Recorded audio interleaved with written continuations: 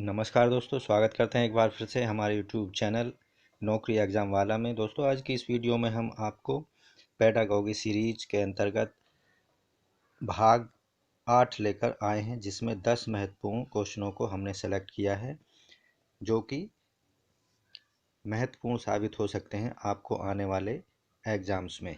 चलिए शुरू कर देते हैं। पहला क्वेश्चन है आज का, कक्षा शिक्षण में पाठ प्रस्तावना सोपान सीखने के किस नियम पर आधारित होते हैं? ऑप्शन नंबर 1 सादृश्यता का नियम, ऑप्शन 2 प्रभाव का नियम, ऑप्शन 3 तत्परता का नियम, ऑप्शन 4 साहचर्य का नियम। सही उत्तर है ऑप्शन नंबर 3 तत्परता का नियम कक्षा शिक्षण में पाठ प्रस्तावना सोपान सीखने के नियम पर आधारित होता है।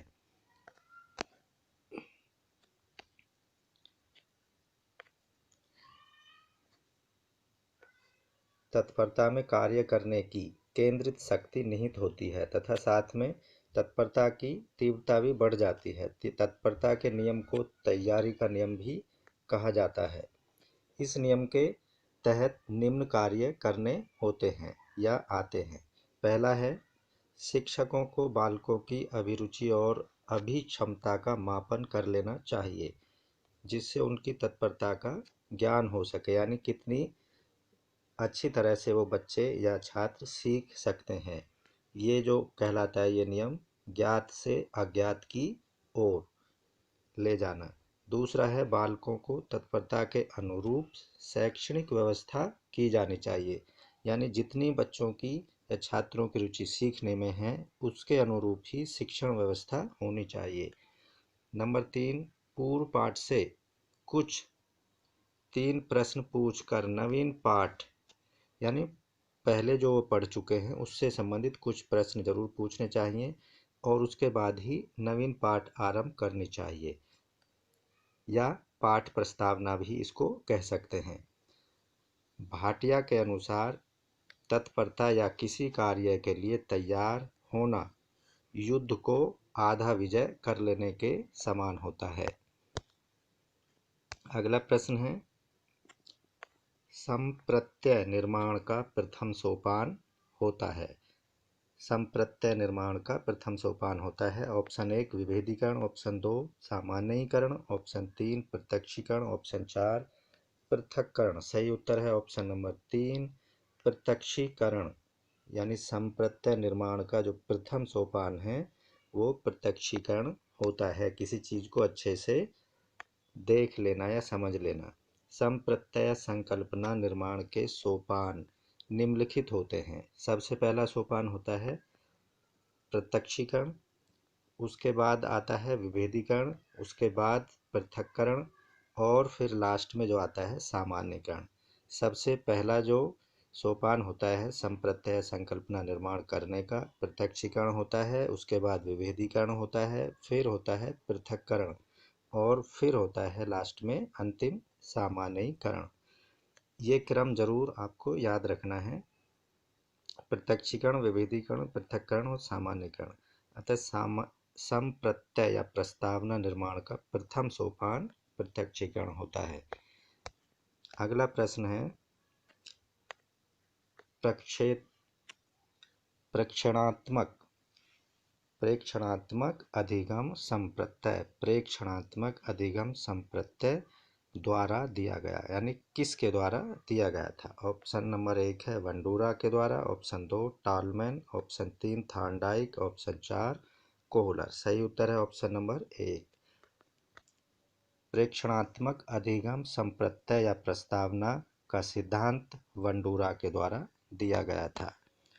वंडूरा ने प्रेक्षणात्मक अधिगम का या प्रेक्षणात्मक अधिगम संप्रत्यय प्रस्तावना संकल्पना का सिद्धांत अल्बर्ट वंडूरा के द्वारा दिया गया था। वंडूरा का पूरा नाम है अल्बर्ट वंडूरा। इस संकल्पना के तहत बालक के विकास का निरीक्षण किया जाता है तथा बालक को उचित और सकारात्मक निर्देश दिए जाते हैं ताकि बालक का मनोमानसिक और शैक्षिक विकास अच्छी तरह से हो सके।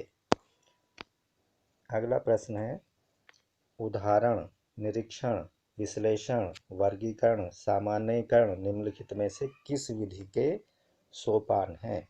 उदाहरण, निरीक्षण, विश्लेषण, वर्गीकरण, नियमीकरण निम्नलिखित में से किस विधि के उदाहरण हैं? ऑप्शन 1 आगमन विधि, ऑप्शन 2 निगमन विधि, ऑप्शन 3 अंतर्दर्शन विधि, ऑप्शन 4 बहिर्दर्शन विधि। सही उत्तर है ऑप्शन नंबर 1। आगमन विधि के जो प्रमुख सोपान हैं उनमें है उदाहरण, निरीक्षण, विश्लेषण, वर्गीकरण, नियमीकरण। ये सभी सोपान आगमन विधि में होते हैं। जैसे उदाहरण, निरीक्षण, विश्लेषण, वर्गीकरण, नियमीकरण का सोपान आगमन विधि के अंतर्गत आते हैं। अगला प्रश्न ले लेते हैं। अवधान के आंतरिक अथवा व्यक्तिनिष्ठ निर्धारक हैं। अवधान के आंतरिक या व्यक्तिनिष्ठ निर्धारक हैं। ऑप्शन 1 उद्दीपक, वस्तु और प्रविधि, ऑप्शन 2 रुचि, लक्ष्य, अभिवृत्ति, ऑप्शन 3 प्रकाश, ध्वनि, गंध, ऑप्शन 4 पुरस्कार, दंड, प्रोत्साहन। सही है ऑप्शन नंबर 2 रुचि, लक्ष्य, अभिवृत्ति अवधान के आंतरिक या व्यक्तिनिष्ठ निर्धारक तत्व होते हैं। कौन कौन से तत्व होते हैं अवधान के? रुचि, लक्ष्य और अभिवृत्ति आंतरिक या व्यक्तिनिष्ठ निर्धारक हैं। अवधान के अंतर्गत निर्धारण निम्नलिखित हैं, यानी अवधान के जो आंतरिक निर्धारक होते हैं वो हैं अभिरुचि, लक्ष्य और अभिवृत्ति, आदत, जिज्ञासा, आवश्यकता, प्रशिक्षण और अर्थ। ये सभी अवधान के आंतरिक निर्धारक तत्व हैं। अगला प्रश्न है, बाल मनोविज्ञान का क्षेत्र है।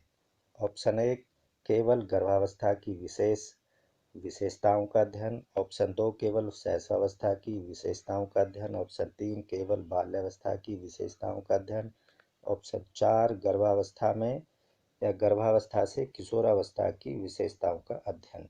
सही है ऑप्शन नंबर 4। जो बाल मनोविज्ञान है वो गर्भावस्था से लेकर किशोरावस्था की विशेषताओं का अध्ययन होता है। बाल मनोविज्ञान के अंतर्गत गर्भावस्था से लेकर किशोरावस्था की विशेषताओं का अध्ययन किया जाता है। मनोविज्ञान में मानव व्यवहार का अध्ययन किया जाता है। उसी प्रकार बाल मनोविज्ञान में बालक के व्यवहार के परिवर्तन की विश्लेषित करते हुए उसका अध्ययन किया जाता है तथा अलग अलग अवस्थाओं के बालक के विकास को सकारात्मक दिशा देने का प्रयास किया जाता है बाल मनोविज्ञान के अंतर्गत। अगला प्रश्न है, वह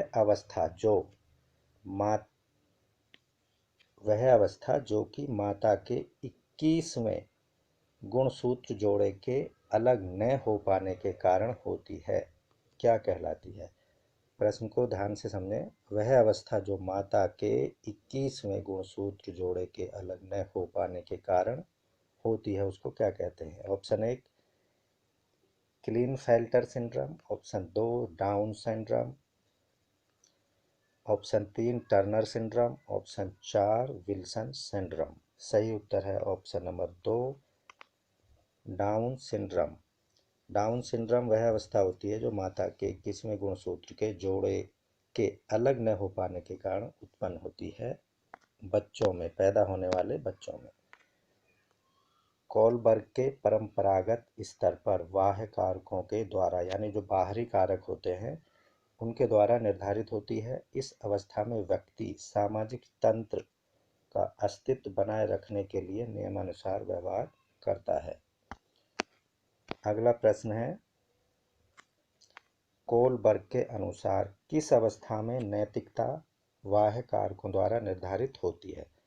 कोलबर्ग के अनुसार किस अवस्था में नैतिकता बाह्य कारकों द्वारा निर्धारित की जाती है? ऑप्शन 1 पारंपरिक अवस्था द्वारा, ऑप्शन 2 पूर्व पारंपरिक अवस्था, ऑप्शन नंबर 3 पश्चात पारंपरिक अवस्था, ऑप्शन 4 उपरोक्त में से कोई नहीं। तो सही उत्तर है ऑप्शन नंबर 2 पूर्व पारंपरिक अवस्था में नैतिकता जो होती है वो बाह्य कारकों द्वारा निर्धारित की जाती है। कोलबर्ग ने कहा कि पूर्व पारंपरिक अवस्था में नैतिकता बाहरी कारकों या कारणों द्वारा निर्धारित की जाती है। लॉरेंस कोलबर्ग के नैतिक विकास के सिद्धांत में 3 प्रमुख अवस्थाएं बताई गई हैं। पहला है पूर्व परंपरागत स्तर। ये जो होता है प्राक रूढ़िगत स्तर होता है। पूर्व परंपरागत स्तर या प्राक रूढ़िगत स्तर। ऑप्शन 2 नंबर 2 परंपरागत स्तर या रूढ़िगत नैतिक स्तर। ऑप्शन 3 नंबर 3 उत्तर रूढ़िगत स्तर। पूर्व परंपरागत अवस्था में बालक में नैतिकता बाह्य कारकों के द्वारा निर्धारित होती है।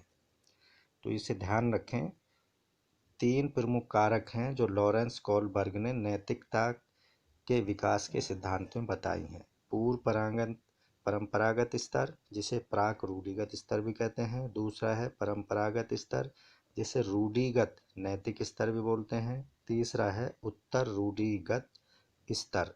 पूर्व परंपरागत अवस्था में बालक में नैतिकता बाह्य कारकों के द्वारा निर्धारित की जाती है।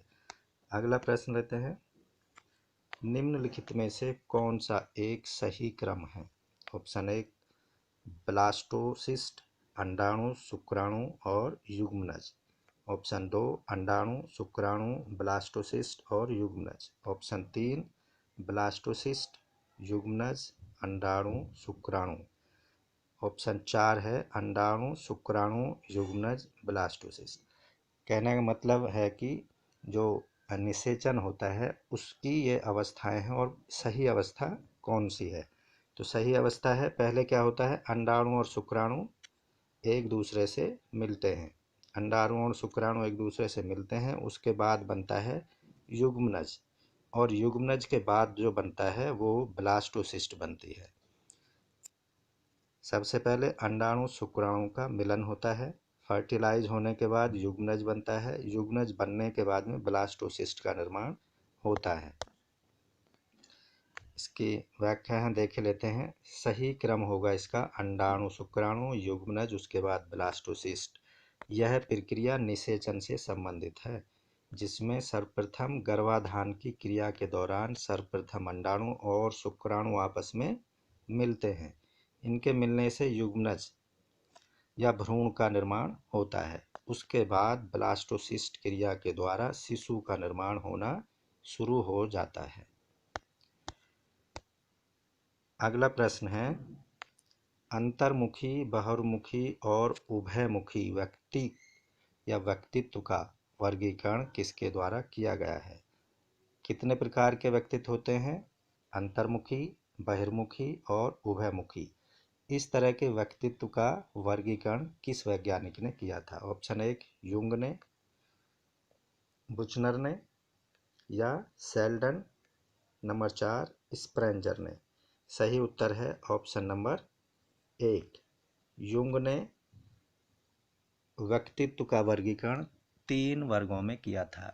एक है अंतर्मुखी, दूसरा है बहिर्मुखी और तीसरा है उभयमुखी।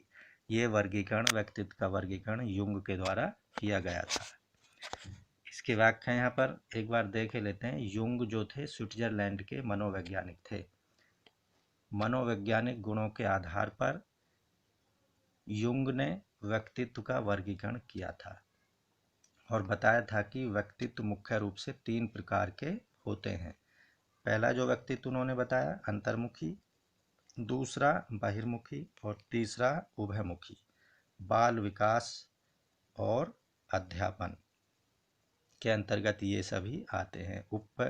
उभयमुखी, बाल विकास और अध्यापन, ये सभी जो होते हैं 3 व्यक्तित्व होते हैं, अंतर्मुखी, बहिर्मुखी और उभयमुखी। इसको आप जरूर ध्यान रखें, महत्वपूर्ण प्रश्न है। अगला प्रश्न है दोस्तों, आज की इस वीडियो में बस इतना ही, क्योंकि हम ये जो सीरीज है वो पेडागॉजी सीरीज है और उसके हर पार्ट के अंतर्गत हम 10 प्रश्नों को लेकर आते हैं। 10 प्रश्न। ये आज का अंतिम प्रश्न था जिसका उत्तर युंग है। उन्होंने अंतर्मुखी, बहिर्मुखी और उभयमुखी व्यक्तित्व का वर्गीकरण किया था।